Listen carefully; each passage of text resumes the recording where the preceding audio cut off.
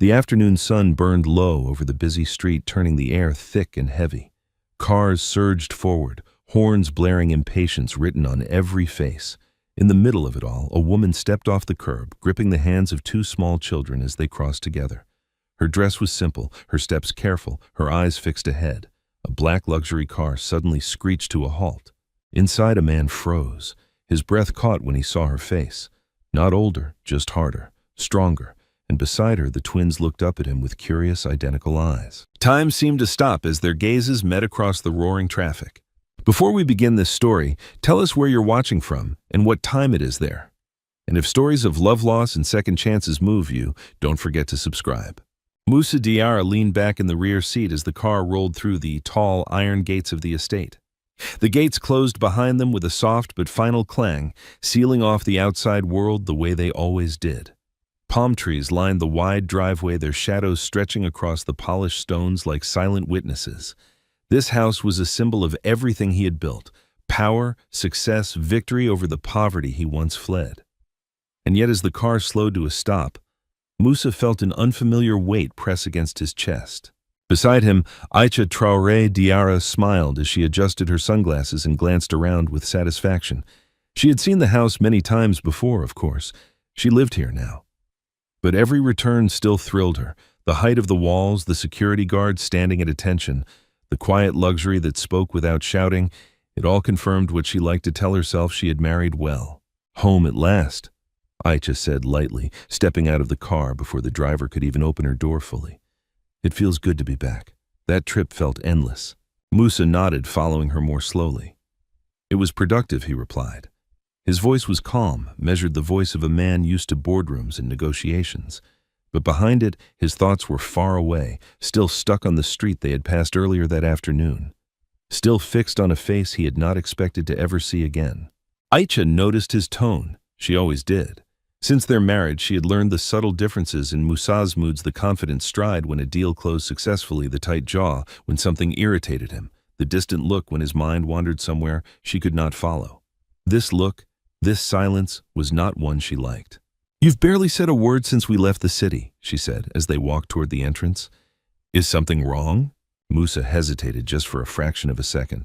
"I'm just tired," he said. "Long meetings." Aïcha studied him, then nodded. She did not push. Not yet. She believed in timing. Inside, the house greeted them with cool air and the soft scent of polished wood. A housekeeper appeared to take their bags, bowing slightly. "Welcome back, sir," Madam, the woman said respectfully. Aïcha smiled graciously, already slipping into her role. "Thank you. Please make sure dinner is ready soon. We're both exhausted." As the house settled back into its familiar rhythm, Moussa loosened his tie and walked toward the large living room. Floor-to-ceiling windows overlooked the garden where fountains murmured softly. This room had hosted politicians, investors, foreign partners. Laughter had echoed here, glasses had clinked in celebration. Yet now, standing alone by the window, Moussa felt strangely disconnected from it all. His mind betrayed him, replaying the image again without mercy. Binetta, the way she had held the children's hands, the instinctive protectiveness in her posture, the way her eyes had widened not in recognition alone, but in alarm. She had not looked at him the way someone looks at an old love. She had looked at him the way someone looks at a threat to their fragile peace. And the children? Moussa closed his eyes briefly. 2 twins. The thought sent a cold shiver down his spine. He had done the math already without meaning to. Years had folded in on themselves in his mind. Dates aligned too easily, too perfectly. His success, his rise, his marriage, all of it suddenly felt built on something unfinished, something unresolved. "Moussa." Aïcha's voice pulled him back. She stood near the doorway, her arms crossed loosely, her expression composed but observant. "You're not listening," she said. "I'm listening," he replied, turning to face her. "No, you're somewhere else," she corrected. "You've been like this since we left that intersection." Moussa stiffened. He had not realized she noticed that much. "What intersection?" he asked carefully. "The one with the traffic jam," Aïcha said. "You stared out the window like you'd seen a ghost." For a moment the room felt too quiet. Moussa knew this moment mattered. He also knew he was not ready. It was nothing, he said at last, just, "Someone I thought I recognized." Aïcha raised an eyebrow. Recognized? "Yes, someone from a long time ago." "Before me?" she asked, her tone still calm but sharper now. Moussa held her gaze. "From my past," he said evenly. "Before all of this." Aïcha exhaled slowly and nodded. Everyone has a past, she said. I just don't like secrets. Her words hung in the air, not as an accusation, but as a warning.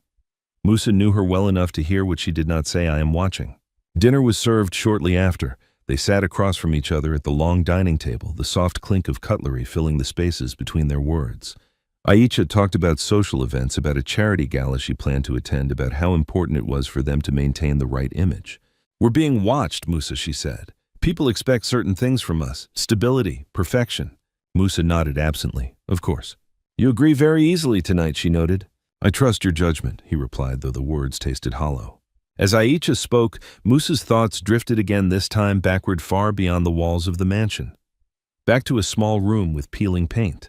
Back to laughter without money. Back to promises made when the future still felt close enough to touch. He remembered Beneta's voice, her quiet strength, the way she believed in him when no one else did. I'll come back, he had told her once. I just need time. Time had passed, too much time. That night, after Aisha retired to their bedroom, Musa remained awake in his study. The city lights glowed faintly in the distance. He reached for his phone, then stopped. There was no number to call, no easy path forward. Somewhere out there, Beneta was living a life he knew nothing about. Somewhere out there, 2 children were growing up without knowing who he was. And for the first time since he became a billionaire, Musa Diarra felt something money could not fix. Fear. The traffic light turned green, but Musa Diarra didn't move. The driver glanced at him through the rear-view mirror, confused. Sir. Musa didn't answer. His eyes were locked on the pavement ahead, where Beneta Diarra stood frozen, one hand gripping Ibrahim, the other holding Aminata close to her side. The city noise rushed back in engines, roaring horns, blaring impatient shouts, but inside Musa's chest, everything went eerily quiet. It was her, there was no doubt. Not a look-alike, not a trick of memory. Beneta. She had changed, yes. Her face was leaner, her expression sharper, carved by years that hadn't been kind. But her eyes, those eyes still carried the same quiet fire. The same guarded strength, the same look she used to wear when life pressed too hard and she refused to bend. For a heartbeat, neither of them moved. Then Beneta reacted. Mama Aminata whispered, sensing the sudden tension. Beneta swallowed hard. Her grip tightened around the children's hands. Instinct took over where shock left her helpless. She stepped back, pulling the twins closer, her body angling protectively in front of them like a shield. Musa opened the car door before he even realized he had decided to get out. Musa, Aisha said sharply from the passenger seat. What are you doing? But he was already standing on the road. Cars honked angrily as he raised a hand, barely noticing the danger. His feet carried him forward one step at a time, as if pulled by a force stronger than logic or pride. Beneta, he said.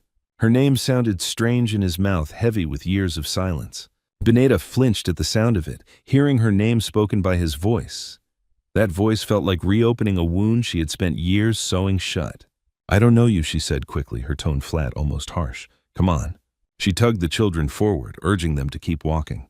Mama, who is that man? Ibrahim asked, turning his head to look back, curiosity flickering across his young face. No one, Beneta replied too fast. Don't look. But Musa saw everything. The boy's profile, the curve of his nose, the shape of his brow. His own face stared back at him from a child's body. Something inside Musa cracked. Wait, he said, his voice rough now. Please, just wait. Beneta stopped again, anger flashing through the fear in her eyes. She turned finally, facing him fully. What do you want? She demanded in a low voice. You shouldn't be here. I didn't know, Musa said. I swear I didn't know. Her lips trembled not with sadness, but with fury held back by sheer will. You don't get to say that, she whispered fiercely. Not now, not ever. Aisha had stepped out of the car, by then heels clicking sharply against the asphalt. She took in the scene in a single glance, Musa standing too close to another woman. The woman clutching 2 children, the tension thick enough to taste. What is going on? Aisha asked, her voice controlled but cold. Beneta's eyes flicked to her, then back to Musa, understanding dawned slowly, painfully. So Beneta said, her voice bitter, you married. Musa turned slightly. Beneta, this is... I don't need introductions, Beneta cut in. I don't need explanations. I just need you to stay away from my children. My children. The words hit Musa like a blow. They're mine too, he said quietly, almost pleading. Beneta laughed, then a short hollow sound with no joy in it. Yours, she repeated. Where were you when I was sleeping on hospital floors? Where were you when I was begging strangers for work just to buy milk? Where were you when they cried at night asking why they didn't have a father? Her voice trembled despite her effort to stay composed. Aminata clung to her dress, now eyes wide with confusion. Ibrahim watched Musa openly studying him with a child's unfiltered gaze. Musa felt every word carve into him. "I made mistakes," he said. "I was young. I was scared. I thought if I left, I could come back with something money stability." "You left," Benetta snapped. "That's the only part that matters." Aisha stepped closer, her posture stiff. "Musa," she said sharply, "you need to tell me what this is." Musa turned to her, conflict written all over his face. He opened his mouth, then closed it again. The truth felt too big, too explosive to release on a busy street. "These are not things to discuss here," he said carefully. Benetta took that as her cue. "Good," she said. "Then don't discuss them at all." She pulled the twins close and stepped back. "If you come near us again," she warned, her voice low but steady, "I will not be kind." With that, she turned and walked away, guiding the children across the rest of the street and disappearing into the crowd. Musa stood there, rooted to the spot, watching her go. "Musa," Aisha hissed, "get back in the car. People are staring." He barely heard her. Inside the vehicle, the air felt suffocating. The driver pulled away slowly. Silence, stretching painfully between Musa and Aisha. After several minutes, Aisha spoke. "You owe me an explanation," she said. "Yes," Musa replied. "I do." "Who is she?" Aisha asked. "And why does she have children who look like you?" Musa closed his eyes. "She's my past," he said. "And those children may be my responsibility." Aisha stared at him, disbelief giving way to something darker. "Maybe," she repeated. "Musa, don't insult my intelligence." He turned to face her fully now. "I need time," he said, "to understand, to confirm." "To hide," she shot back. "No," he said firmly, "to face it properly." Aisha leaned back in her seat, crossing her arms. Her voice, when she spoke again, was calm, but it carried a dangerous edge. "Whatever this is," she said, "it will not stay buried. And when the truth comes out, Musa, you will have to choose what matters more to you." At the same time, several streets away, Benetta finally stopped walking. Her legs trembled beneath her. "Mama, are you okay?" Aminata asked softly. Benetta knelt down, pulling both children into her arms, breathing in their familiar scent, grounding herself. "I'm fine," she said, though her heart was pounding wildly. "I just need you both to remember something." Ibrahim looked up at her. "What?" "No matter what happens," Benetta said, holding their faces gently, "I am here. I will always protect you." As she spoke the words, she knew one thing with terrifying clarity. The past had found her, and it was not going to let go quietly. That night, Musa Diarra did not sleep. He lay beside Aisha in the massive bedroom that smelled like expensive perfume and fresh linen, staring at the ceiling as if it might offer answers. Aisha's back was turned to him, her breathing controlled, too controlled for a woman who was truly asleep. She was awake too. Musa could feel it in the stiff line of her shoulders and the quiet anger that pulsed through the silence. But Musa's mind wasn't in the mansion. It was in a different room, smaller, warmer, poorer, where laughter had once come easily. Benetta. The name burned like a match in his chest, and with it came memories he had buried under years of success deals and carefully chosen silence. He remembered the first time he met her. Back then, Musa was just a hungry young man with big dreams and empty pockets. He rented a cramped room behind a mechanic's shop, sharing a corridor with men who came and went like smoke. He was trying to build something, anything out of nothing. Some days he ate once, some days he didn't. He met Benetta at a roadside stall, the kind of place where people gathered for cheap food, loud jokes, and quick comfort. She was helping her aunt serve rice and stew, moving fast. Her sleeves rolled up her face, glowing with sweat and determination. Musa had tried to pay with coins that didn't quite cover the meal. Benetta saw it immediately. Instead of embarrassing him, she quietly added an extra spoonful of stew and pushed the plate toward him as if it was nothing. "You look like you're fighting the whole world," she said, her voice soft. Musa bristled at first. Pride was the only thing he still owned. "I'm fine." Benetta didn't argue. She simply wiped her hands on her apron and leaned closer. "Then eat," she said. "A man can't fight on an empty stomach." He ate without looking up, but something in her kindness lodged itself inside him like a seed. He came back the next day, then the next. At first, he told himself it was only because the food was cheap, but the truth was simpler and more dangerous. He liked the way Benetta looked at him, as if he mattered before he had money, before he had influence, before the world called him sir. Soon they became a familiar story on that street, the struggling young man and the girl with the steady eyes.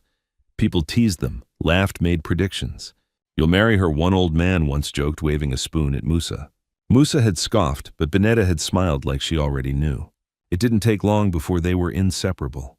Benetta listened when Musa talked about his dreams, his plans to build a logistics company, to own warehouses, to move goods across the region, to make his name something powerful. Everyone else treated those dreams like childish fantasies. Binetta treated them like blueprints. "You'll do it," she told him one evening as they sat outside sharing roasted corn under a streetlight. "Not because you're lucky, because you're stubborn." Musa laughed. "Is that a compliment?" "It's the highest compliment," Binetta said, bumping his shoulder gently. "Stubborn men don't die poor. They just take longer to win." Those words became his fuel. When Musa failed his first attempt at a business loan, he came to Binetta furious and humiliated. He wanted to punch a wall. He wanted to blame the world. He wanted to quit. Binetta didn't let him. She took his face between her hands and forced him to look at her. "Listen to me," she said. "You can rest, Musa, but you cannot stop." He swallowed hard. "What if I'm not enough?" Binetta shook her head, eyes fierce. "Then you'll become enough." Years later, Musa would sit in glass towers and negotiate millions. But no one ever spoke to his soul the way Binetta did in those days. And then came the day everything changed. A contract opportunity opened up in another city. Bigger market, bigger partners, bigger risks. Musa believed it was the doorway to everything he had been fighting for. But it required money he didn't have. He spent nights pacing their tiny room, papers spread out on the floor, his mind racing. Binetta watched him quietly, then began selling what little she owned: earrings, a small bracelet, even a dress she loved, without telling him at first. When Musa discovered it, he exploded. "Why would you do that?" he demanded, anger and fear tangled together. Binetta lifted her chin. "Because you would do the same for me." "I didn't ask you to," Musa said, voice cracking. Binetta stepped closer. "You didn't have to ask," she replied. "When you love someone, you don't wait to be asked." That was Binetta. She didn't love halfway. She didn't believe in half loyalty. Musa finally got the chance. He left town for 2 weeks to negotiate with a potential investor. Those 2 weeks became a month, then 2. He called Binetta every night at first, breathless and excited. He told her about the meeting rooms, the flashy cars, the men who spoke like they owned the air. Binetta listened, smiling, though she missed him like hunger. Then the calls began to shorten. Then they began to disappear. And then on one evening that smelled like rain, Binetta stood in the doorway when Musa returned, and she said the words that split their lives into before and after. "Musa," she whispered, "I'm pregnant." For a moment, Musa stared at her as if she had spoken a language he didn't understand. His eyes widened, his mouth parted, and then he laughed, soft, stunned, almost joyful. "Binetta?" he breathed, stepping forward. "Are you sure?" She nodded, tears shining. "Yes." He pulled her into his arms, holding her so tightly she could barely breathe. For a few seconds, Musa was a man with everything. But joy has enemies. Word traveled. It always did. And when Musa's mother, Mama Salamata Diarra, heard about the pregnancy, her reaction was not celebration. Binetta never forgot the first time she met Mama Salamata properly. The older woman visited their small home, eyes scanning the room with quiet judgment. She did not sit until she was offered the best chair. She did not smile until she decided Binetta deserved it. When Binetta mentioned the baby, Mama Salamata's face hardened. "A child," she repeated. "Now," Binetta's voice trembled. "Yes, Mama." Mama Salamata turned to Musa. "You want to drag a child into poverty, into unstable plans. You haven't even secured your future." Musa tried to defend Binetta. "Mama, I love her." Mama Salamata narrowed her eyes. "Love does not feed a baby." Binetta felt herself shrinking under that gaze. She tried to speak, to explain she wasn't a burden, that she worked, that she believed in Musa, but Mama Salamata cut her off with one cold sentence. "Do not use your pregnancy to trap my son." That night, Binetta cried until her throat hurt. Musa held her, swearing his mother didn't mean it, swearing he would fix everything, swearing they would be fine. But pressure has a way of reshaping even stubborn men. The investor opportunity returned bigger this time. The deal could make Musa's dream real. But again, it required leaving. It required focus. It required risking everything on one final leap. Musa began to split in two, the man who loved Binetta and the man who feared failure more than anything. Binetta could feel it. She would catch him staring at her belly with a strange tension, as if he was calculating costs instead of imagining a child. One evening, she confronted him. "You're not happy," Binetta said quietly. Musa looked up sharply. "Don't say that." "I'm not blind," Binetta replied, voice steady but hurt. "You look at me like I'm an obstacle." Musa stood pacing. "That's not fair." "Then tell me what's happening," she pleaded. "Talk to me like you used to." Musa stopped, his face tight. "I need to secure our future," he said. "I need to go." Binetta's heart sank. Again. "It's just for a while," Musa insisted. "This time it will be different." Binetta searched his eyes. "Promise me," she whispered. "Promise you won't disappear." Musa hesitated. And that hesitation, small as it was, felt like a knife. He forced a smile and took her hands. "I promise," he said. But deep down, Musa already knew something Bineta didn't. He was not only running toward success, he was also running away from fear. And fear is a liar that always asks for more. As Musa lay awake in the mansion years later, he realized the truth he had avoided for too long. The day Bineta told him she was pregnant wasn't the day their life began. It was the day the cracks started forming. And in the end, those cracks would become a collapse. The morning Musa left, the sky was heavy with clouds that refused to rain. Bineta stood at the doorway of their small room, one hand resting on her belly, the other clutching the edge of the doorframe, as if the ground beneath her might shift. Musa moved around the room, folding his clothes carefully, too carefully, like a man trying to control something that was already slipping away. "You don't have to go today," Bineta said softly. "You could leave tomorrow." Musa didn't look up. "If I delay, they'll think I'm not serious." "They?" Bineta asked. "Or you?" That made him pause. He straightened, breathing out slowly. "This is important," he said. "For us." Bineta nodded, though doubt gnawed at her chest. "Then let me come with you. At least for a few days." Musa turned sharply. "No." The word came too fast. "Why not?" she asked. He rubbed his face, frustration flashing across his eyes. "The place is not stable yet. I'll be moving around. It's not safe." "I'm pregnant," Musa, Bineta said quietly, "not made of glass." He softened, then stepping closer, he cupped her face, gently pressing his forehead against hers. "Please," he whispered, "trust me, just this once." Bineta closed her eyes. She wanted to argue. She wanted to scream. But love had taught her patience, and patience had taught her silence. "Call me," she said, "every day."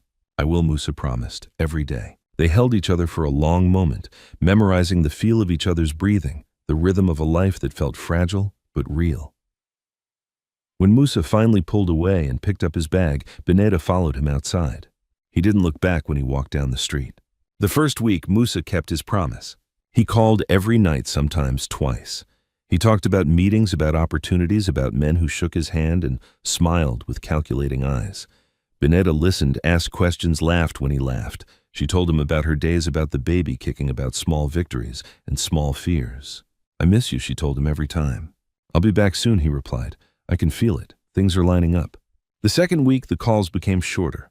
Musa sounded distracted, tired. Sometimes he said he was in meetings. Sometimes the line cut off suddenly. Bineta told herself it was normal. Success demanded sacrifice. She reminded herself of all the times she had encouraged him not to give up. The third week, the calls stopped altogether.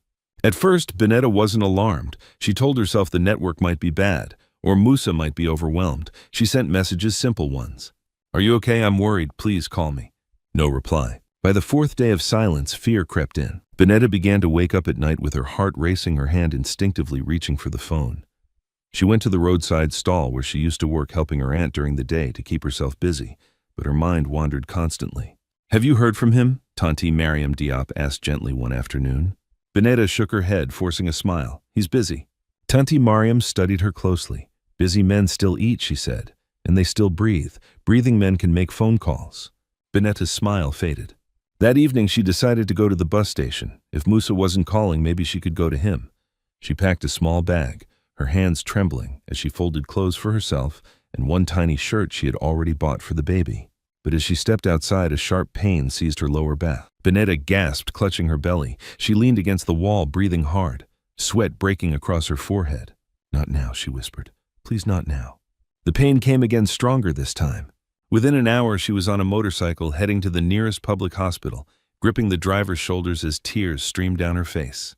The night air was thick and humid, every bump in the road sending a new wave of agony through her body. At the hospital, chaos reigned. Women cried, nurses shouted orders, the smell of disinfectant mixed with fear. Bineta was placed on a narrow bed, her clothes damp with sweat, her heart pounding. She asked for Musa. She begged them to call him. "We don't have his number," a nurse said briskly. "Focus on breathing." Labor lasted longer than she expected, longer than she thought she could endure. She screamed until her voice cracked, until her body shook with exhaustion. And then finally 2 cries pierced the room. Twins, a boy and a girl. Bineta lay there, tears streaming down her face, not from pain, but from overwhelming emotion. The nurse placed the babies briefly on her chest before taking them away to be cleaned.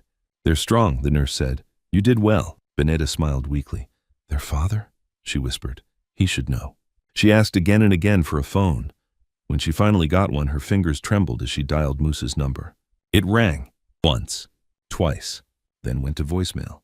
"Musa," she said through sobs, her voice breaking. "I had the babies, a boy and a girl. They're beautiful. Please, please come." She waited. No call came. Hours passed, then a day. Binetta lay in the hospital bed, staring at the ceiling, the weight of reality pressing down on her chest.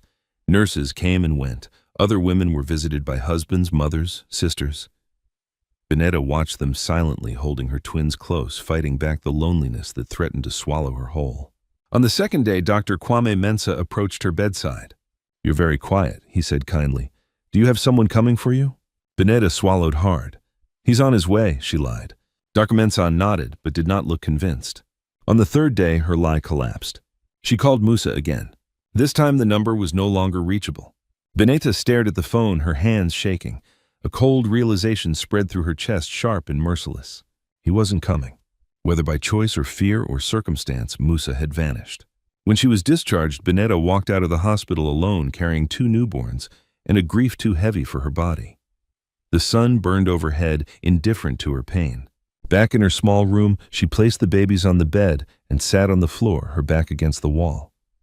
For the first time since labor began, she allowed herself to break. She cried until there were no tears left. Days later, a letter arrived. Not from Musa, but from his mother. The words were short, cold, final. "My son has opportunities now. Do not burden him with claims that will ruin his future. Take responsibility for your own choices." Binetta read the letter once, then again. Then she folded it carefully and placed it under the mattress. That night she held Ibrahim and Aminata close, pressing her lips to their tiny foreheads. "I don't know how," she whispered, her voice steady despite the storm inside her, "but I will raise you. I will protect you, even if I have to do it alone." Outside, the city moved on. Somewhere far away, Musa Diarra was stepping into a new life, one built on success and silence. And Binetta Diarra was left standing at the beginning of hers, carrying the weight of abandonment, motherhood, and a promise she would never break. The first months after the twins were born passed in a blur of exhaustion and quiet resolve. Binetta Diarra learned quickly that time no longer belonged to her. It belonged to Ibrahim and Aminata, to their cries in the night, their hunger at dawn, their fragile breaths that rose and fell against her chest like promises she had to keep. Sleep came in fragments. Meals were often forgotten. Some days Binetta realized hours had passed without her sitting down. She named them carefully, choosing names that carried strength and meaning. When the nurse asked if she wanted to add the father's name on the birth records, Binetta shook her head. "No," she said simply, "just mine." Walking back into the world with 2 infants felt like stepping onto a battlefield without armor. The small room she rented seemed even smaller now, crowded with diapers, borrowed blankets, and the soft, relentless sounds of newborn life. At night, when the city quieted, Binetta lay awake, listening to her children breathe, wondering how long she could hold everything together. Money disappeared quickly. The little savings she had vanished within weeks, spent on formula when her milk ran low on medicine, when Aminata developed a fever, on transport to clinics and back. Binetta tried returning to work at the roadside stall, but it was impossible. Customers didn't want to wait while she soothed crying babies. Heat and smoke made the twins restless. After 3 days, the owner gently told her it wouldn't work. "I'm sorry," he said, avoiding her eyes. "It's not safe for them here." Binetta nodded. She understood. Understanding, however, did not pay rent. It was Tanti Mariam Diop who stepped in when Binetta was closest to breaking. Mariam arrived one afternoon with a bag of rice balanced on her head and determination in her eyes. She took one look at Binetta's thin frame, the dark circles beneath her eyes, and the twins sleeping on a worn mattress. "You're not doing this alone," Mariam said firmly. She moved Binetta and the babies into her own modest home, a 2-room place with cracked walls and a leaky roof, but warmth where it mattered. Mariam gave Binetta the smaller room and insisted she rest. "For 1 hour," Mariam said, "sleep like someone else is guarding your children, because I am." That hour turned into the deepest sleep Binetta had known in months. When she woke, she cried again, not from despair but relief. Life with Mariam was not easy, but it was survivable. Binetta helped with cooking and cleaning. When the twins were old enough, Mariam watched them so Binetta could take short-term work, washing clothes for neighbors, cleaning houses, selling snacks on the roadside, again this time without the babies. Each coin mattered. Each day was a calculation. There were moments when shame crept in uninvited. Watching other women walk with husbands, hearing men laugh with their children in the evenings, those sounds cut deeper than hunger. Binetta learned to swallow those feelings before they reached her face. The twins grew quickly. Ibrahim was quiet, observant. his eyes following movement as if he were always learning. Aminata was louder, impatient, her cries sharp and demanding, her grip surprisingly strong for such small hands. Bineta noticed how different they were and loved them fiercely for it. At night, she told them stories, not fairy tales of princes and riches, but simple stories of courage. There was a woman, she whispered as they lay curled against her, who was very tired, but she kept walking, because she had 2 children who needed her. The twins did not understand the words, but they understood the voice. When Ibrahim and Aminata were nearly 2, sickness struck again. Aminata fell ill first, her small body burning with fever. Then Ibrahim followed. Bineta rushed them to the clinic, her heart pounding as she begged for help. The doctor examined them, his brow creasing with concern. "They're weak," he said. "Malnutrition has made this worse." The word malnutrition echoed painfully in Bineta's ears. "I feed them," she said quickly. "I do." "I know," the doctor replied gently, "but sometimes feeding isn't enough when the body needs more." The treatment cost more than Bineta had. She stood outside the clinic afterward, clutching the twins, her hands shaking. The world seemed too loud, too big, too indifferent. That was the day Bineta made a decision she had avoided for a long time. She went to Musa's old number 1 last time. The call went through. For a brief second, hope flared dangerously in her chest. Then the line disconnected. Bineta lowered the phone slowly. She didn't cry. Instead, something inside her hardened, not into bitterness, but into steel. She borrowed money from Mariam and worked twice as hard to pay it back. She learned how to stretch meals, how to make 1 pot of food last 3 days. She taught herself skills, basic tailoring, hair braiding, anything that could bring in a little more income. Years passed this way. By the time Ibrahim and Aminata turned 6, they were small for their age, but sharp, curious, and unusually aware of the world around them. They helped Mariam sweep the compound. They ran errands for neighbors. They learned early that life rewarded effort, not excuses. One evening, as Bineta braided Aminata's hair by the dim light of a single bulb, Ibrahim asked a question Bineta had feared for years. "Mama," he said softly, "why don't we have a father?" Bineta's hand stilled. Aminata looked up too, her eyes wide.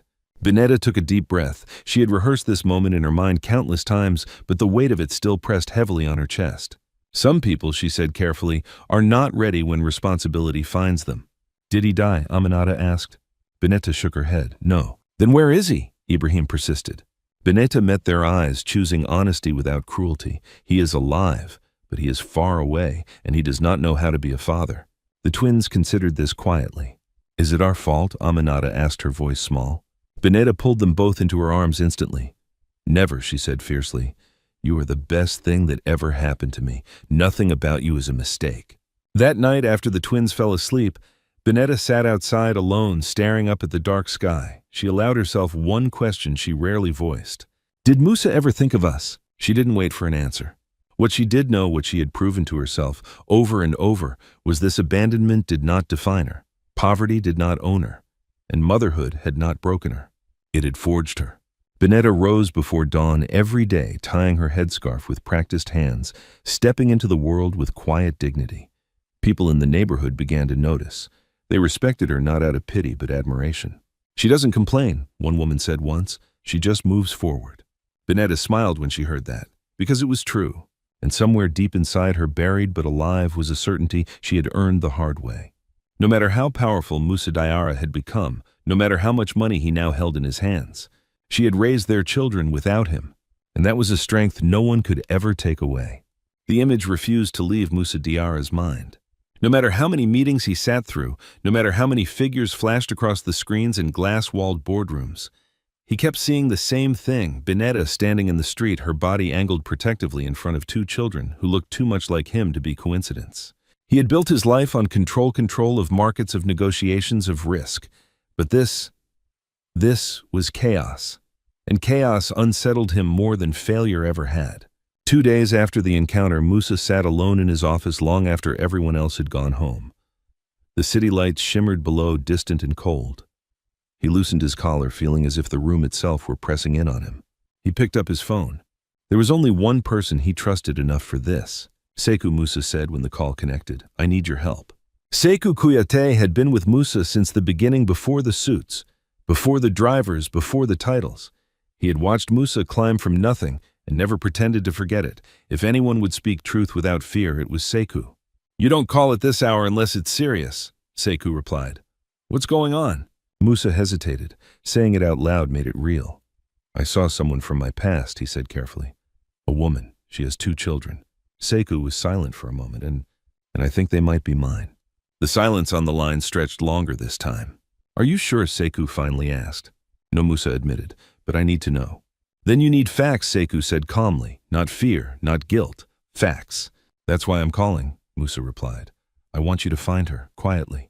Sekou exhaled slowly. Musa, you know what you're asking. If this is true, it will change everything. I know, Musa said. His voice dropped. It already has. The next few days dragged like weeks.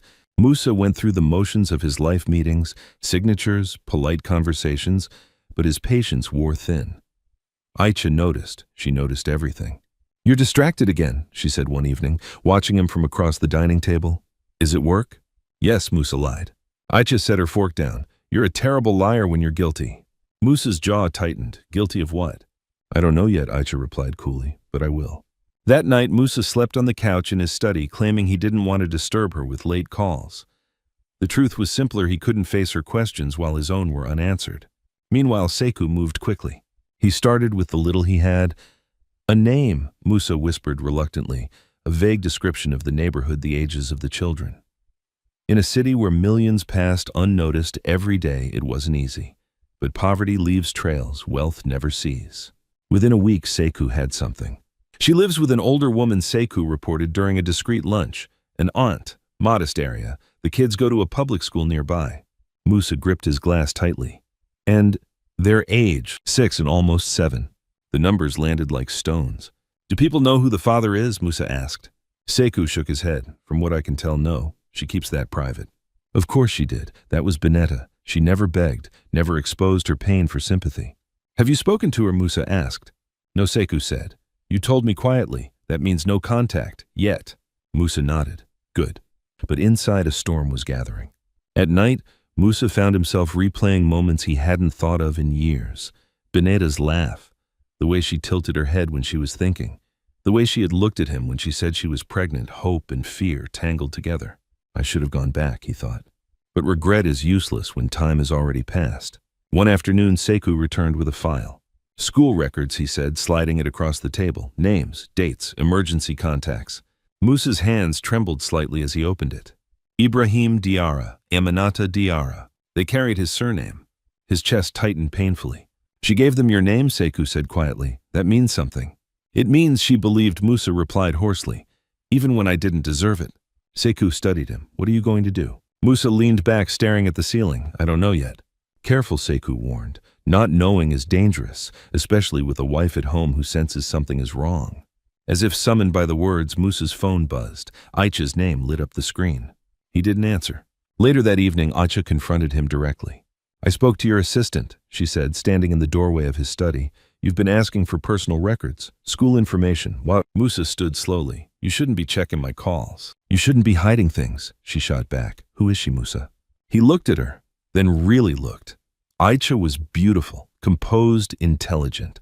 She had been a good partner in many ways, but she had never known the version of him that Bineta did. She had never seen him hungry, desperate, uncertain. There are things in my past I didn't tell you, he said carefully. Aicha's eyes hardened, like children. The word hung between them. Musa said nothing. That silence was answer enough. Aicha laughed softly, but there was no humor in it. Unbelievable, she said. All this time you played the perfect husband. I didn't know, Musa said quickly. Not for sure. But you suspected, she replied. And you still married me. Musa stepped closer. Aicha, listen. No, she interrupted sharply. You listen. If those children are yours, this will not stay hidden. People will talk. My family will talk. I know. And what about me? She asked, her voice shaking now. Where do I fit in your sudden sense of responsibility? Musa didn't answer right away. That hesitation cut deeper than any confession. Aicha straightened pain, turning into something colder. Find your truth, she said. But understand this, Musa, once it's out there, will be consequences. She walked away, leaving the door open behind her. That night, Musa called Sekou again. I need confirmation, he said. No more guessing. Sekou sighed. Then you're asking for a DNA test? Yes. And Bineta, Sekou asked, you think she'll agree? Musa closed his eyes. She doesn't owe me anything, but I owe her the truth. Days later, Musa stood across the street from Bineta's neighborhood, watching from inside his car. Children played barefoot in the dust. Women chatted by doorways. Life moved simply honestly. He saw Benetta step out, Ibrahim and Aminata at her sides. They laughed at something she said. Musa's heart clenched. For the first time in years, his success felt small. He didn't get out of the car. He didn't call out to her. Not yet. Because deep down, Musa understood something that terrified him. If those children were truly his, then his life, carefully constructed, beautifully ordered, was about to be rewritten. And no amount of money could control the ending. Aïcha Traoré Diarra had always trusted patterns. In business, in people, in marriage, patterns told the truth long before words did. And the pattern surrounding Musa had shifted. His schedule had changed. His phone was suddenly guarded. He left the room to take calls. He stared out of windows like a man watching a storm he could already hear but refused to name. Aïcha did not confront him immediately. She watched. The woman who had learned to survive among powerful families knew better than to strike without certainty. She began with small tests, questions dropped casually, observations framed as jokes. "You're seeing Sekou a lot these days," she said one morning while adjusting her earrings, planning something new. Musa didn't look up from his phone, just work. "Of course," Aïcha replied, smiling. "It's always work."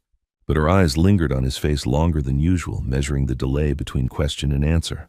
The truth announced itself not with a confession, but with a mistake.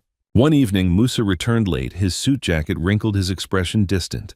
He headed straight for the study, barely acknowledging her presence.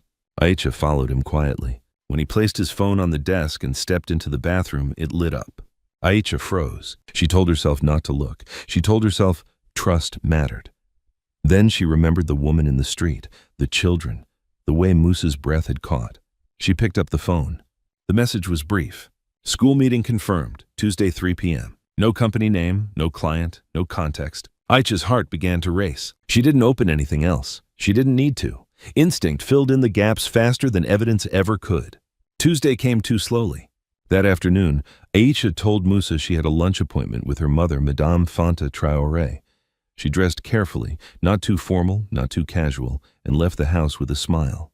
She did not go to lunch. Instead, she followed Musa's car. He didn't notice. Musa had never learned to look over his shoulder at the woman walking beside him. He had always assumed she would be where he left her. The car turned away from the business district and into older streets, streets with smaller shops, schools with peeling paint and noisy courtyards. Aïcha felt a strange tightening in her chest as Musa slowed near a public primary school. She parked a short distance away and watched. Children poured out through the gates, laughter filling the air. Parents waited nearby, some tired, some smiling. It was a world far removed from the circles Aïcha moved in. Then she saw her. Benetta Diarra stood near the gate, her posture calm, her eyes scanning the crowd.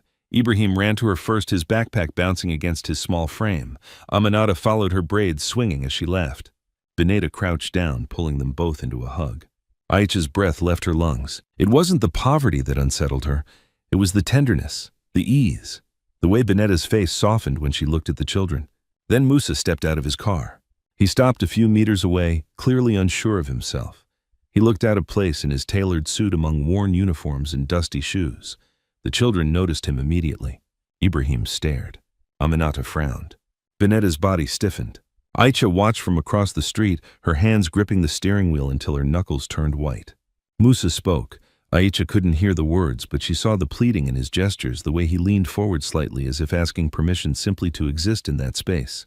Benetta listened without interrupting. Then she shook her head. She said something sharp, final. The children glanced between them, confusion spreading across their faces. Musa's shoulders sagged. Aïcha felt something cold settle in her stomach. Not jealousy, not anger, but realization. This wasn't a casual past. This was a family he had never stopped belonging to. That evening, Aïcha confronted him without ceremony. She waited until the house was quiet, until staff had retreated and the lights were low. Musa was in the living room, staring at nothing when she spoke. "I saw them," she said. Musa turned slowly. "Saw who?" "Don't insult me," Aïcha replied calmly. "The woman, the children, the school." Color drained from his face. "How long?" he asked.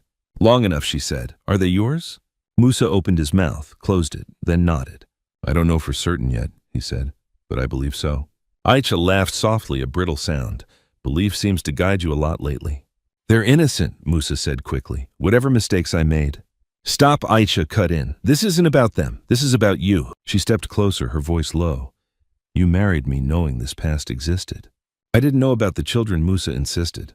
I swear. But you knew about her, Aicha said, and you still chose to build a life with me. Musa said nothing. Aicha inhaled slowly. Tell me something, she said. If she had come to you years ago with those children, would you still have married me? The question hung heavy between them. Musa's silence answered it. Aicha straightened, dignity hardening her spine. I will not be the woman standing in the shadows of your conscience, she said. If you need to face your past, do it, but don't pretend this won't change us. That same night, Bineta sat at Mariam's table, her hands wrapped around a chipped cup of tea. He came to the school, Bineta said quietly. Mariam's eyes narrowed. Again, yes. What did he want? The truth, Bineta replied. Or forgiveness. I'm not sure he knows the difference. And what did you give him? Bineta looked down. Boundaries. Mariam nodded approvingly. Good. I don't want his money, Bineta continued. I don't want his name. I just want peace for my children. Peace has a way of resisting men who arrive too late, Mariam said gently. Bineta smiled sadly. Then he'll have to learn that. Later that night, as Bineta tucked the twins into bed, Aminata spoke softly. Mama. Yes, my love. The man from today, Aminata said. Why does he look at us like that? Bineta paused. She brushed Aminata's cheek with her thumb. Sometimes, she said carefully, people realize too late what they were supposed to protect. Ibrahim watched her closely. Is he important? Bineta met her son's eyes. Not more important than you. Across the city, Musa stood alone on his balcony, the weight of two worlds pressing down on him.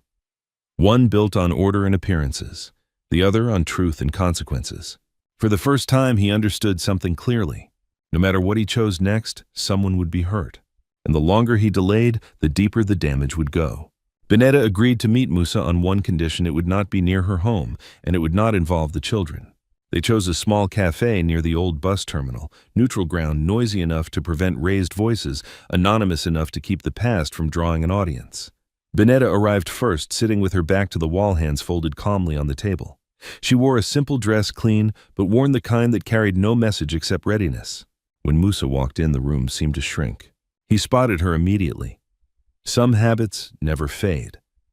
His steps slowed as he approached the confidence that served him so well in boardrooms, dissolving into something more uncertain. Bineta, he said softly. She did not stand. She did not smile. She did not look away. Musa, she replied, equally calm. They sat in silence for a few seconds, the kind that hums with unsaid words. The waitress came and left. Bineta ordered tea. Musa ordered nothing. You look well, Musa said finally. Bineta's lips curved into a restrained smile that did not reach her eyes. I am alive, she said. That's enough. He nodded, swallowing. I won't pretend I deserve this meeting. Good, Bineta said. Because you don't. The words landed without anger, and that somehow hurt more. I came to apologize, Musa said. For everything. Bineta lifted her cup, taking a slow sip before answering. Apologies are not currency, she said. They don't pay rent. They don't hold babies at night. They don't explain absence. Musa leaned forward, elbows on the table. I know I failed you. You abandoned us, Bineta corrected. Words matter. He closed his eyes briefly. Yes. Silence returned, heavier now. I need to know something, Musa said carefully. Did you ever try to reach me? Bineta laughed quietly, shaking her head. I tried until trying became humiliating. She met his gaze, her eyes steady. I called, I messaged, I waited. I went into labor alone, Musa. I begged strangers for help while dialing your number until my hands shook. Musa's face tightened. My number changed, he said weakly. Stop, Bineta said, raising her hand. Explanations after the fact are excuses dressed in regret. He nodded again, chastened. I don't want to argue about the past, Bineta continued. I want to protect the present. Musa's heart thudded painfully. Then let me be part of it. Bineta leaned back. You don't get to decide that. I am their father, Musa said quietly. You're a possibility, she replied, not a fact. The words struck him harder than he expected. I want to do a DNA test, Musa said after a moment, not to claim them without proof, to be responsible with certainty. Bineta studied him for a long time. The cafe noise swelled around them, cups clinking, voices rising and falling. Finally she spoke. And if the test says yes, then I will take responsibility, Musa said, publicly, fully. And my children, Bineta asked, what will they gain? Stability, he replied quickly. Opportunities, education, security. Bineta's gaze sharpened. They already have values. They already have love. Don't confuse money with stability. Musa exhaled. I won't force anything, he said. I just want the truth. The truth, Bineta repeated. Very well. She set her cup down. I will agree to a test, but not for you. Musa looked up, surprised. For them, Bineta said firmly. so that one day, if they ask questions, I can answer honestly. But listen to me carefully, Musa." She leaned forward now, her voice low and unwavering. "If you are their father, you do not get to appear and disappear when it suits you. You do not get to confuse them with half-presence. If you enter their lives, it will be on my terms." Musa nodded. "I accept." "And one more thing," Benetta added, "you will not buy your way into their hearts. No grand gestures, no promises you can't keep." He hesitated. "I don't know how to be what you're asking." Benetta softened just slightly. "Neither did I," she said, "but I learned because I had no choice." They agreed on the logistics quietly, clinic dates, discretion. When it was done, Musa stood. "Thank you," he said. Benetta didn't respond. She watched him leave her chest tight with emotions she refused to name. That evening, Musa told Aicha everything. He did not soften the truth. He did not hide behind uncertainty. "There will be a DNA test," he said, "and if the children are mine, I will acknowledge them." Aicha listened without interrupting, her face composed but pale. "And what about me?" she asked when he finished. Musa met her gaze. "I don't know yet," he said honestly, "but I won't lie to you anymore." Aicha nodded slowly. "At least now you're brave enough for the truth." Across the city, Benetta sat between Ibrahim and Aminata, helping them with homework. Her mind drifted to the cafe, to Musa's eyes when she spoke her boundaries. "Mama," Ibrahim said suddenly, looking up from his notebook. "Will the man come again?" Benetta paused, choosing her words carefully. "He might," she said. "But only if it's good for you." Aminata frowned. "Will he stay?" Benetta smiled gently. "Staying is a choice," she said. "Some people are still learning how to make it." Later, after the children slept, Benetta lay awake, staring at the ceiling. Agreeing to the test felt like opening a door she had spent years reinforcing. But she knew something important had shifted. The truth was coming quietly, inevitably.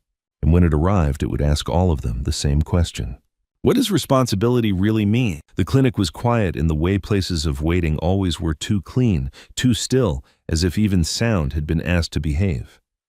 Musa Diarra arrived early, sitting with his hands clasped together, eyes fixed on the far wall. He wore no suit today, only a simple shirt and trousers, as if removing the armor of his success might make what was about to happen feel more honest. Benetta arrived 10 minutes later with Ibrahim and Aminata. The children walked between them, holding Benetta's hands, their steps cautious but curious. They had been told they were going to the doctor for a check. Benetta had chosen not to burden them with more than they needed to carry. When Musa stood, the twins froze. Aminata hid slightly behind Benetta's leg. Ibrahim didn't.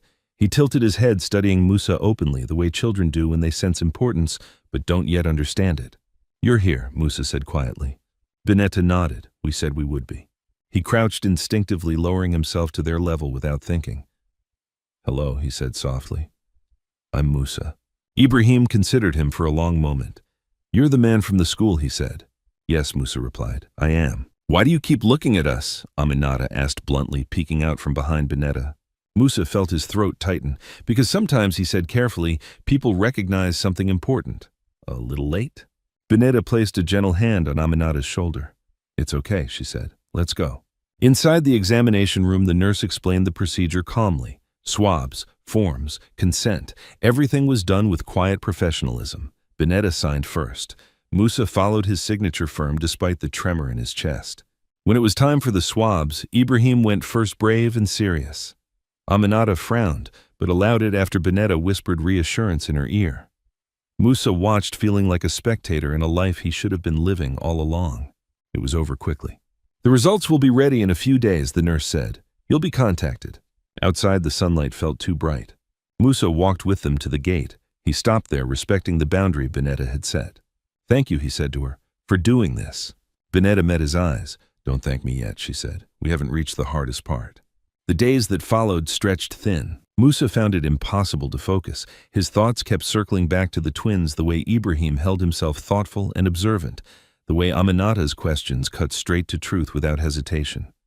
He recognized pieces of himself in them, and the realization both comforted and terrified him. At night, he dreamed of small hands reaching for him and woke with guilt burning in his chest. Aicha watched him carefully. "You're waiting for something," she said one evening, her voice neutral. "Yes," Musa replied. "And when it comes," she asked, "will you still recognize the life you're standing in now?" Musa didn't answer. 3 days later, the call came. Musa took it alone in his study, closing the door behind him. The doctor's voice was calm, clinical, merciless in its clarity. "The results confirm a biological match," the doctor said. "You are the father." For a moment, Musa couldn't breathe. Father. The word echoed through him, collapsing years of distance into a single truth. He thanked the doctor numbly and ended the call, pressing his palms against the desk as if the room were spinning. Everything he had suspected, everything he had feared, was real. He didn't tell Aicha right away. Instead, he drove to Benetta's neighborhood and parked a short distance away, watching the street the way he had before. Children played in the dust. Life went on, unaware of the earthquake shifting beneath it. He didn't get out. He needed to choose his first words carefully, because once spoken they would reshape everything. That evening, Benetta received the same call. She sat on the edge of her bed phone, pressed to her ear, listening without interruption. When the doctor finished, she closed her eyes briefly. "Thank you," she said. After the call ended, she sat still for a long time. She had known. In her bones, in her heart, she had known. But certainty had a weight suspicion did not. It pressed against her chest, demanding decisions she could no longer postpone. Mama Aminata's voice floated from the doorway. "Are we in trouble?" Benetta turned, startled. She smiled gently and opened her arms. Aminata ran into them, Ibrahim following close behind. "No," Benetta said softly. "No one is in trouble." Ibrahim looked up at her seriously. "Did the doctor say something?" Benetta hesitated, then nodded. "Yes." "Is it about the man?" he asked. Benetta swallowed. The time for half answers had passed. "Yes," she said. "He is connected to you." Aminata frowned. "Like family." Benetta held them closer. "Yes," she said, "like family." The next day, Musa asked to see the children again. Benetta agreed, but this time on her term. They met at a small park near the neighborhood. It was modest, worn, filled with laughter and the creak of old swings. Benetta arrived first with the twins. Musa came a few minutes later, carrying nothing but nervousness. "I know now," he said quietly after greeting them. Benetta nodded. "So do I." They sat on a bench while the children played within sight. "I won't pretend I know how to do this," Musa said, "but I want to learn, slowly, properly." Benetta studied him. "Learning means listening," she said. "Can you do that?" "Yes," he replied without hesitation. "Then listen," Benetta said. "They don't need explanations yet. They need consistency. If you come, you come. If you promise, you keep it." "I will," Musa said. Ibrahim ran up then, holding a small stick like a trophy. "Look," he said to Musa. Musa smiled an unguarded, genuine smile. "That's impressive." Aminata joined them, climbing onto the bench without asking. "Are you going to be around now?" she asked. Musa glanced at Benetta, then back at Aminata. "If your mother allows it," he said. Aminata considered this. "Okay," she said simply, "but don't lie." Musa's chest tightened. "I won't." From a distance, Aicha watched. She had followed quietly, unseen, her heart pounding as she observed Musa laughing softly with the children, the way his shoulders relaxed in their presence. The sight stirred something sharp and painful inside her. This was not a phase. This was not a mistake he could undo. That night, Aicha confronted him with the truth she already knew. "They're yours," she said. "Yes," Musa replied. "They are." "And what now?" she asked. Musa looked at her steadily. "Now I become the man I should have been." Aicha nodded slowly, pain flickering across her face before resolve took its place. "Then understand this," she said. "Your choices from here will decide who you lose." Musa did not argue, because for the first time he understood that responsibility was not about money or reputation or even regret. It was about showing up again and again when it mattered most. And this time he could not afford to disappear. The news did not explode into Musa Diarra's life all at once. It seeped in slow, heavy, unavoidable, changing the shape of everything it touched. After the confirmation, Musa made one decision immediately: he would not hide. Not from Benetta, not from the children, and not from himself. But the hardest part was still ahead, bringing the truth into the open without destroying the fragile balance he was trying to build. He began with small steps. He came to the park twice a week, always on time, always alone. He listened more than he spoke. When Ibrahim talked about school, Musa asked questions and remembered the answers. When Aminata demanded to be pushed higher on the swing, he pushed, then pushed again when she laughed and shouted, "Higher!" Benetta watched everything.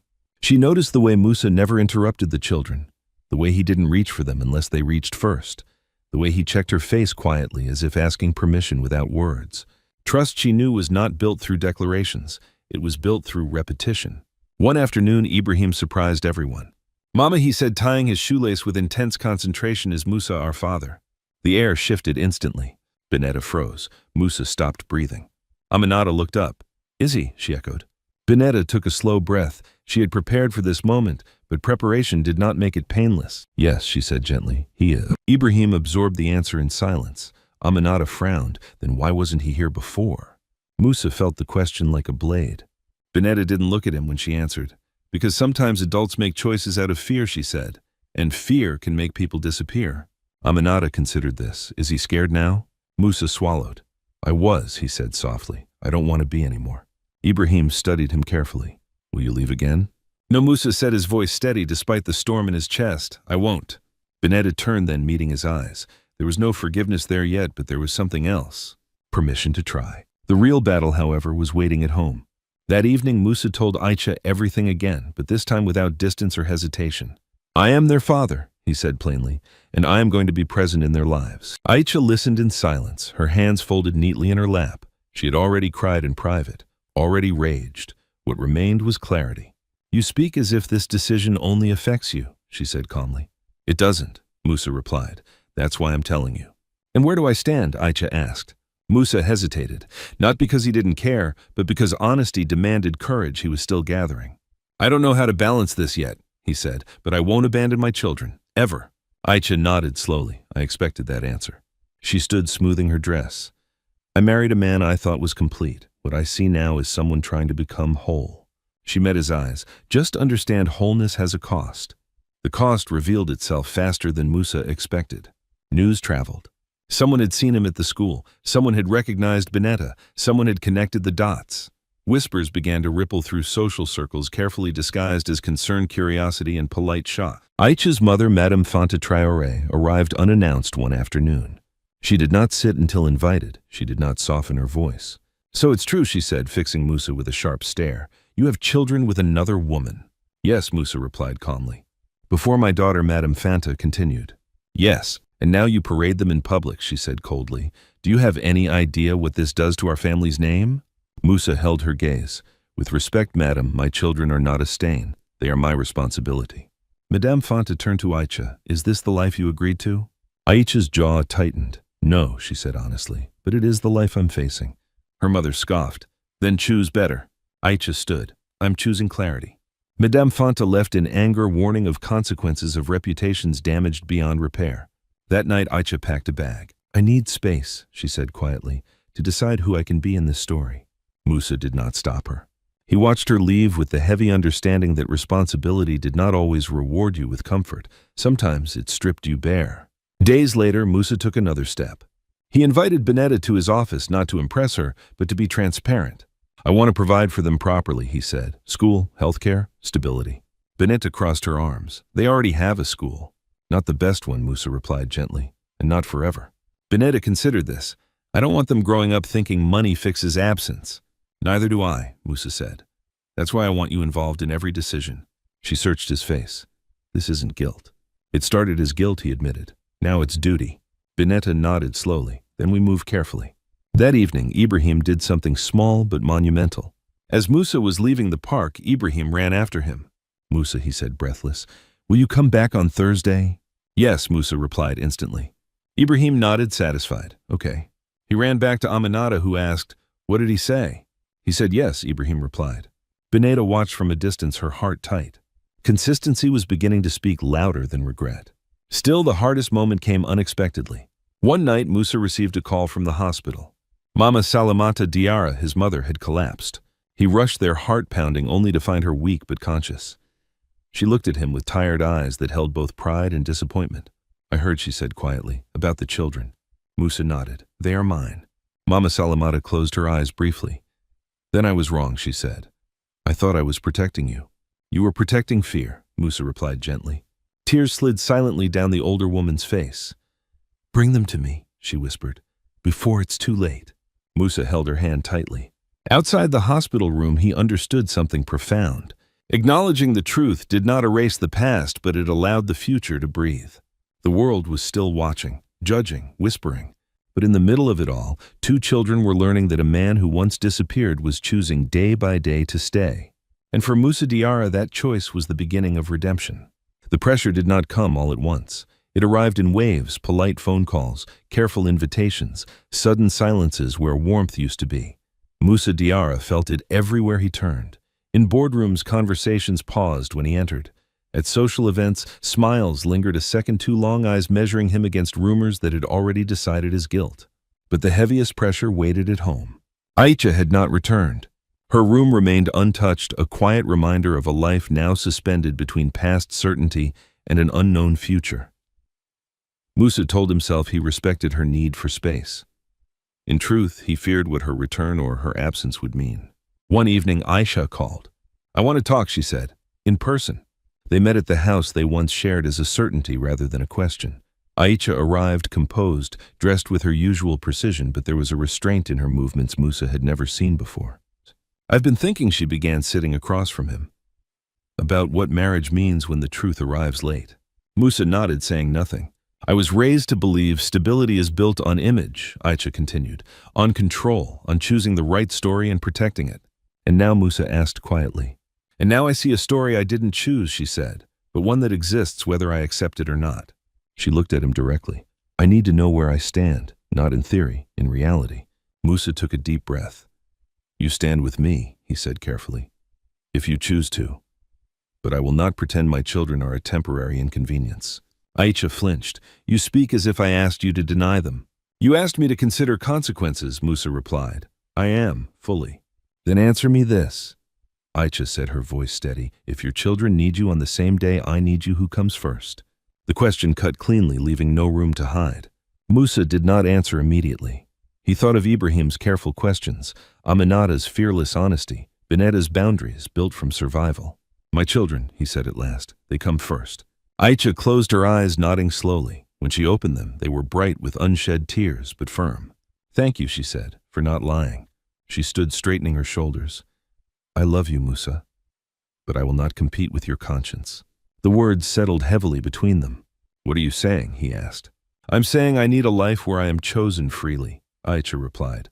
"Not out of obligation, not out of repair." Musa rose as well. "I never meant to hurt you." "I know," she said softly, "but intention doesn't erase impact." They stood there facing each other, two people who had built something real, but not strong enough to carry the weight of a truth delayed. "I will move out for now," Aisha said. "We'll speak again, but understand this, whatever we decide, it must be honest." After she left, the house felt larger and emptier than ever. The next wave arrived from another direction. Madame Fanta Traoré returned, this time with allies, family friends, influential voices. They spoke in calm tones about reputations, about the dangers of public confusion, about the wisdom of discretion. "You can support them quietly," one man suggested. "Why bring them into your world?" Musa listened, then shook his head, because hiding them would teach them shame. Silence followed. "And what of your wife?" Madame Fanta asked. "What of the woman who stands beside you now?" "She deserves the truth," Musa replied, "even if it costs me." The cost came swiftly. A board seat Musa had been promised was postponed indefinitely. A partnership cooled without explanation. Nothing overt, nothing he could challenge, just the subtle closing of doors. That evening, Musa went to the park earlier than usual. Binetta arrived with the twins, sensing something heavy in the air. "You look tired," she said. "I am," he admitted. They sat on the bench while Ibrahim traced shapes in the dirt, and Aminata practiced jumping from a low ledge. "Aisha and I talked," Musa said. "We may separate." Binetta did not react immediately. "I'm sorry," she said after a moment. "I never wanted to be the reason." "You're not," Musa interrupted gently. "The reason is the truth. It just arrived late." Binetta nodded. Truth often does. They watched the children in silence. "I want to be clear," Binetta said finally. "I will not step into a space left by someone else's pain." "I wouldn't ask you to," Musa replied. "And I won't rush forgiveness," she added, "for them or for myself." "I understand," he said. As if sensing the seriousness, Ibrahim approached. "Musa," he said, "Mama says you're coming to the school meeting tomorrow." "Yes," Musa replied. "I'll be there." Ibrahim nodded, satisfied. "Okay." Aminata bounded over. "Will you sit with us?" Musa smiled. "If your teacher allows it." She grinned. "She will." The school meeting was modest. Wooden chairs, faded posters, parents with tired eyes and hopeful hearts. Musa sat beside Binetta, not touching, not intruding, present. When the teacher spoke about Ibrahim's focus and Aminata's creativity, Musa felt a pride he had not earned, but was determined to honor. Afterward, a parent approached Binetta. "Your husband?" she asked politely, gesturing toward Musa. Binetta paused, then answered evenly. "Their father." The words were simple, unadorned, true. Musa felt them settle into him like a vow. That night, Aisha called again. "I've made a decision," she said. Musa listened. "I will not stand in the way of your responsibility," Aisha continued. But I will not be a supporting character in a life rewritten without my consent. I understand, Musa said quietly. We should separate, she concluded, with dignity. They agreed to terms calmly, respectfully, painfully. When the call ended, Musa sat alone staring at the city lights, aware that choosing responsibility had cost him comfort, status, and certainty. But when he arrived at the park the next afternoon, and Aminata ran into his arms without hesitation, when Ibrahim walked beside him asking careful questions about the world, Musa felt something else rise in him. Not relief, purpose. Responsibility, he realized, was not a single decision. It was 1,000 small ones made daily without applause. And for the first time, he was ready to make them all. The separation became official in silence. There were no dramatic scenes, no public statements, no angry accusations splashed across social pages. Aïcha Traoré Diarra moved out quietly, taking only what she needed. Musa watched the staff carry her bags past him, each step echoing like a closing door he could not reopen. They met once more to sign papers. Aïcha's hand did not shake. Her eyes did not search his face for reassurance. She had already grieved the marriage in private. What remained was dignity. I hope you become the man you're trying to be, she said before leaving the office. Musa nodded. I hope you find peace. I intend to, she replied, and walked away without looking back. The news spread faster than Musa expected. People connected the dots, the separation, the children, the woman from the old neighborhood. Whispers hardened into conclusions. Invitations stopped arriving. Calls went unanswered. Business partners became cautious, then distant. One morning, Sekou Koyate entered Musa's office with a grim expression. We lost the Northern Logistics contract, he said. They cited strategic misalignment. Musa leaned back, absorbing the blow. Which means they're afraid of uncertainty. Yes, Sekou replied, and of controversy. Musa stared out the window. Then we'll grow elsewhere. Sekou studied him. You're taking this better than I expected. Musa exhaled slowly. I'm tired of being surprised by consequences. At least now I recognize them. The true test, however, did not come from boardrooms or contracts. It came from a small living room with cracked walls and a leaky roof. Binetta had avoided the conversation as long as she could. She knew it was coming. She simply needed to be ready. That evening, after the twins fell asleep, she sat across from Musa at Mariam's table. A single bulb cast soft shadows across their faces. The room smelled faintly of soap and cooked rice. They'll start asking more questions, Binetta said quietly, about you, about why you weren't here. Musa nodded. I know. And answers will not be enough, she continued. They'll watch what you do. Children learn trust by patterns. I'm here, Musa said. I'll keep showing up. Binetta met his eyes. Showing up will cost you more than money. I know, he replied. It already has. She studied him for a long moment, weighing his words against his actions. I won't protect you from their disappointment, she said. If you fail them, they will feel it, and so will I. I accept that, Musa said. Silence settled between them, not hostile, but heavy with responsibility. I need to say this clearly, Binetta added. I'm not asking you to fix the past. I'm asking you not to repeat it. Musa leaned forward. Tell me how. By choosing them, Binetta said simply, even when it's inconvenient, especially then. The opportunity to prove that choice arrived sooner than expected. Ibrahim fell ill on a Tuesday morning. High fever, rapid breathing. Binetta rushed him to the clinic, Aminata clutching her hand, fear etched across her face. The doctor examined Ibrahim, concern tightening his expression. He needs to be admitted for observation, the doctor said, possibly pneumonia. Binetta's heart pounded. How much? The number that followed made her dizzy. She reached for her phone with shaking fingers and called Musa. He answered on the first ring. I'm at the clinic, Binetta said, voice tight. Ibrahim is sick. I'm coming, Musa replied without hesitation. He arrived 20 minutes later, no driver, no security, just a man moving as fast as he could. He spoke calmly with the doctor, paid the fees without ceremony, and stayed by Ibrahim's bed while the IV was placed. Aminata watched him closely. Will he be okay? She asked. Yes, Musa said, kneeling to her level, and we're not leaving him. They stayed through the night. Musa learned the rhythm of hospital beeps, the smell of disinfectant, the ache of waiting without control. He slept in a chair, waking at every change in Ibrahim's breathing. When the fever finally broke near dawn, Binetta let out a breath she had been holding for hours. Thank you, she said softly. Musa shook his head. This is not something to thank me for. By morning, word had spread among the neighborhood. People noticed. They talked, some with suspicion, some with relief. He stayed. Mariam said quietly, watching Musa help Aminata with breakfast in the hospital corridor. That matters. It mattered to the children most. When Ibrahim recovered and returned to school, he told his teacher, my father stayed all night. The teacher smiled. That's good. At the next school event, Musa attended openly. He sat on small chairs, clapped too loudly, laughed too freely. He didn't try to impress anyone. He didn't explain himself. A parent approached him afterward. "You're brave," the man said. "Many men choose comfort." Musa replied honestly, "I chose late." The reckoning came from one last direction. A letter arrived from Mama Salimata Diarra, requesting a meeting with the children. Benita hesitated. Old wounds stirred, but she agreed on one condition: the meeting would be on neutral ground. They met at a quiet courtyard behind the hospital where Mama Salimata had recovered. The older woman looked frail, smaller than Benita remembered, but her eyes were clear. She knelt slowly in front of Ibrahim and Aminata. "I was wrong," she said, voice trembling. "I thought I was protecting my son. I was protecting my fear."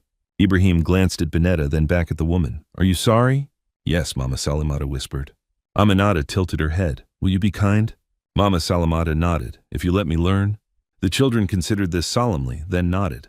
Benita watched tears stinging her eyes. Healing, she realized, did not announce itself. It arrived quietly, asking permission.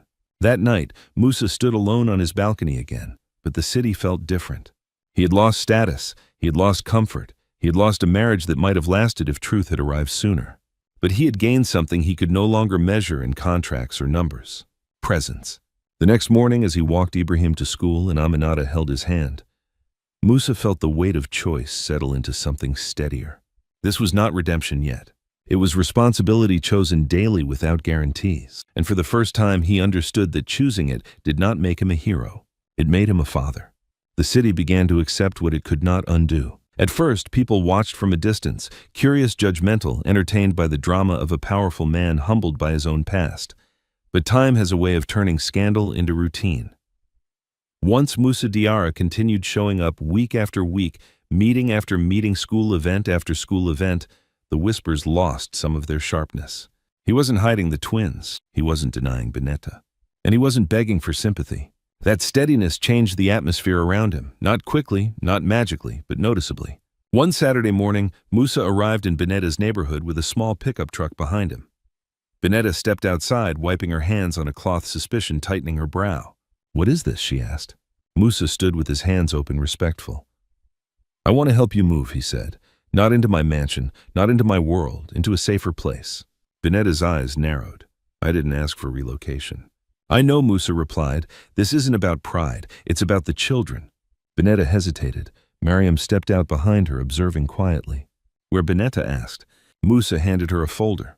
"A modest apartment near the twins' school," he said. "Secure, clean, 2 bedrooms. Not luxury, just stability." Benita didn't take the folder immediately. "And the cost?" "I'll pay," Musa said. Benita's jaw tightened. "Then it's charity." "It's responsibility," he corrected gently. She stared at him, torn between two truths. She didn't want to feel owned by his money, but she also didn't want her children sleeping under a roof that leaked every rainy season. Mariam stepped forward quietly. "Benita," she said, "you can accept help without surrendering yourself." Benita swallowed hard. "Fine," she said at last, "but listen carefully, Musa. We do this my way." Musa nodded immediately, agreed. The move happened quickly. Not dramatic, just practical. Musa didn't bring photographers. He didn't announce anything. He helped carry boxes, sweating in a plain shirt, while Ibrahim and Aminata ran around excitedly shouting about having their own room. Aminata burst into the second bedroom and spun in circles. "Mama, this is ours." Ibrahim opened the closet with awe. "So much space," he whispered. Benita stood in the doorway, emotions colliding in her chest. Gratitude she didn't want to admit, relief she couldn't deny, fear she tried to hide. Musa approached her quietly. "You don't have to say anything," he said. Benita exhaled. "I'll say this," she replied. "Thank you, but don't confuse my thanks with surrender." Musa gave a small, respectful smile. "I wouldn't dare." As the weeks passed, Musa made more changes again quietly. He arranged better healthcare coverage for the twins. He met with their teachers and asked what support they needed. He paid school fees directly to the administration, never putting cash in Benita's hand, respecting her dignity. Benita responded with the only thing that mattered: she allowed him more access. Not suddenly, not emotionally, but step by step. The first time she agreed to let Musa pick the twins up from school alone, it felt like handing over a piece of her heart without armor. She stood at the gate watching Ibrahim and Aminata climb into Musa's car, their small faces pressed against the window as they waved. Aminata mouthed, "Mama, don't worry." Benita forced a smile, but her hands trembled. Mariam, standing beside her, spoke softly. "You're not losing them," she said. "You're sharing them." Bineta whispered, "Sharing means trusting." And trusting, Mariam replied, means risking. That same week, Aicha returned not to the mansion but to Musa's office. She walked in with her head high, her expression calm. Musa rose, surprised. "I'm not here to fight," Aicha said before he could speak. "I'm here to close a chapter properly." Musa nodded, motioning to the chair. "I'm listening." Aicha sat folding her hands. "I've been angry," she admitted, "not at the children, at you, at the lies, at the way my life was rearranged without permission." "I understand," Musa said quietly. She looked him in the eye, but I also saw something. She continued. "I saw you at the school event, laughing, listening, looking human." Musa didn't respond, unsure what she was offering. Aicha exhaled. "I'm choosing to move forward without bitterness," she said. "Not because you deserve it, because I do." Musa's throat tightened. "Aicha." "No," she interrupted gently. "Let me finish." She stood. "I don't want revenge. I don't want to ruin you. But I also don't want to be connected to you by pain." Musa nodded slowly. "Thank you." Aicha paused at the door. "One day," she said, "those children will know what you did wrong, but they'll also remember what you did right afterward. Make sure you keep doing right." Then she left softly without drama, like a woman choosing peace over pride. Back at the new apartment, Bineta noticed the change in Musa too. He wasn't just providing, he was learning. One evening, Ibrahim struggled with a math problem, frustration building. Musa sat beside him, patiently guiding him through it step by step without raising his voice. Aminata climbed onto Musa's lap, tugging his sleeve. "Tell me a story," she demanded. Musa blinked. "A story?" "Yes," Aminata insisted. "A big one." Musa looked at Bineta helplessly. Bineta raised an eyebrow as if to say, "Now you see what I've lived." Musa cleared his throat. Once he began slowly, there was a man who ran away from fear. Bineta froze. Musa continued softly, shaping the story carefully. And he thought running would protect him. But years later, he learned fear doesn't disappear. It waits. And when it returns, it demands you become brave. Aminata listened wide-eyed, Ibrahim too. "And what happened to the man?" Aminata asked. Musa swallowed. "He came back," he said, "and he stayed." Bineta felt something shift in her chest, tiny, fragile, but real. Later that night, after the twins fell asleep, Bineta stepped onto the balcony of the apartment. Musa joined her, keeping a respectful distance. "They're getting attached to you," Bineta said quietly. Musa nodded. "I know." "And attachment is dangerous," she added, "because it can break." Musa's voice was low, sincere. "Then I won't break it." Bineta stared out at the city lights. "I don't know if I can ever forgive you the way love forgives," she said. Musa didn't flinch. "I'm not asking for that." "What are you asking for?" Bineta asked. Musa looked at her eyes steady. "A chance to be consistent," he said. "A chance to earn trust, not romance. Trust." Bineta was silent for a long time. Then she said quietly, "Trust is earned in the smallest moments. Don't waste them." Musa nodded. "I won't." In that moment, it became clear the change in their lives wasn't the apartment or the school fees or even the public acceptance. The real change was this. A man who once disappeared was learning how to stay. And a woman who once carried everything alone was finally allowing herself to breathe. The first time Ibrahim called Musa Papa, it happened without ceremony. They were sitting on the floor of the apartment, surrounded by scattered schoolbooks and half-finished drawings. Musa was helping Ibrahim build a small paper bridge for a science assignment, carefully folding the edges while explaining why balance mattered more than strength. "Papa," Ibrahim said, suddenly pointing at the paper, "if we add another fold here, it won't fall." The word hung in the air. Musa froze, his fingers still gripping the paper. Aminata looked up sharply, eyes wide, then broke into a grin. "Papa," she repeated as if testing the sound. "Yes, that's Papa." Bineta felt her chest tighten. She had known this moment would come. She had prepared herself for it. And yet hearing the words spoken so naturally, so freely, felt like standing at the edge of something irreversible. Musa swallowed hard as he said softly, "That will help." He didn't correct them. He didn't celebrate. He simply continued folding the paper, hands trembling just enough to reveal what the word had done to him. That night, after the children fell asleep, Bineta sat alone in the living room, staring at the dim glow of the hallway light. Musa hesitated near the doorway, unsure if he should speak. "You heard it," Bineta said quietly, without looking up. "Yes," Musa replied. They chose that she continued. "Not me, not you." "I know," Musa said. Bineta finally turned to face him, "And choice is fragile." Musa nodded. "So am I." Silence settled between them, not heavy, not tense, but thoughtful. "Do you regret it?" Bineta asked. Musa answered without hesitation. "Every day I regret leaving," he said. "I don't regret coming back." Bineta studied his face, searching for exaggeration for performance. She found none. Weeks passed, and with them came routine, quiet, unremarkable, powerful routine. Musa walked the twins to school 3 mornings a week. He learned which teacher Aminata liked most, which subject made Ibrahim anxious. He attended parent meetings without announcing who he was. To the school, he was simply another father who listened carefully and asked questions. At work, Musa made changes too. He stepped back from certain partnerships that demanded the version of him who hid inconvenient truths. He invested instead in projects closer to home, warehousing initiatives that hired local workers, scholarship programs that quietly supported children from neighborhoods like Bineta's old one. Sekou noticed. "You've changed your priorities," Sekou said one afternoon.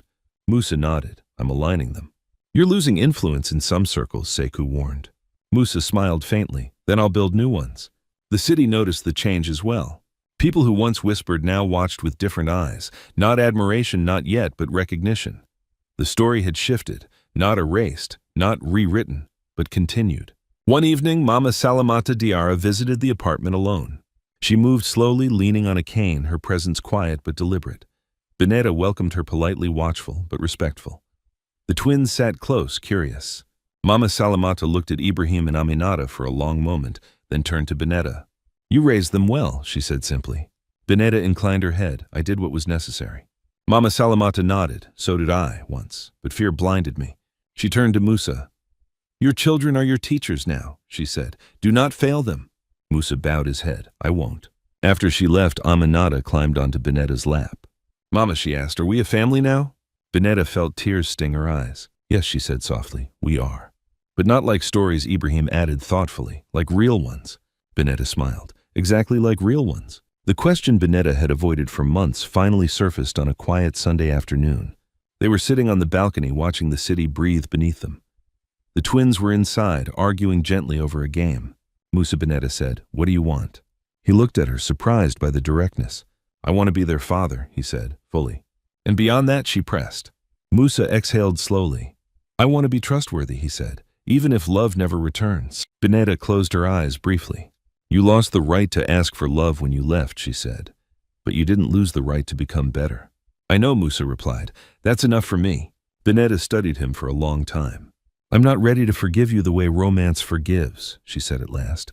"But I trust you. With them." Musa's throat tightened. "That's more than I deserve." "But it's what they deserve," Bineta said. Months later, the moment came full circle. Musa was driving home with the twins when traffic slowed at a familiar intersection, the same one where the past had collided with the present. Aminata pressed her face to the window.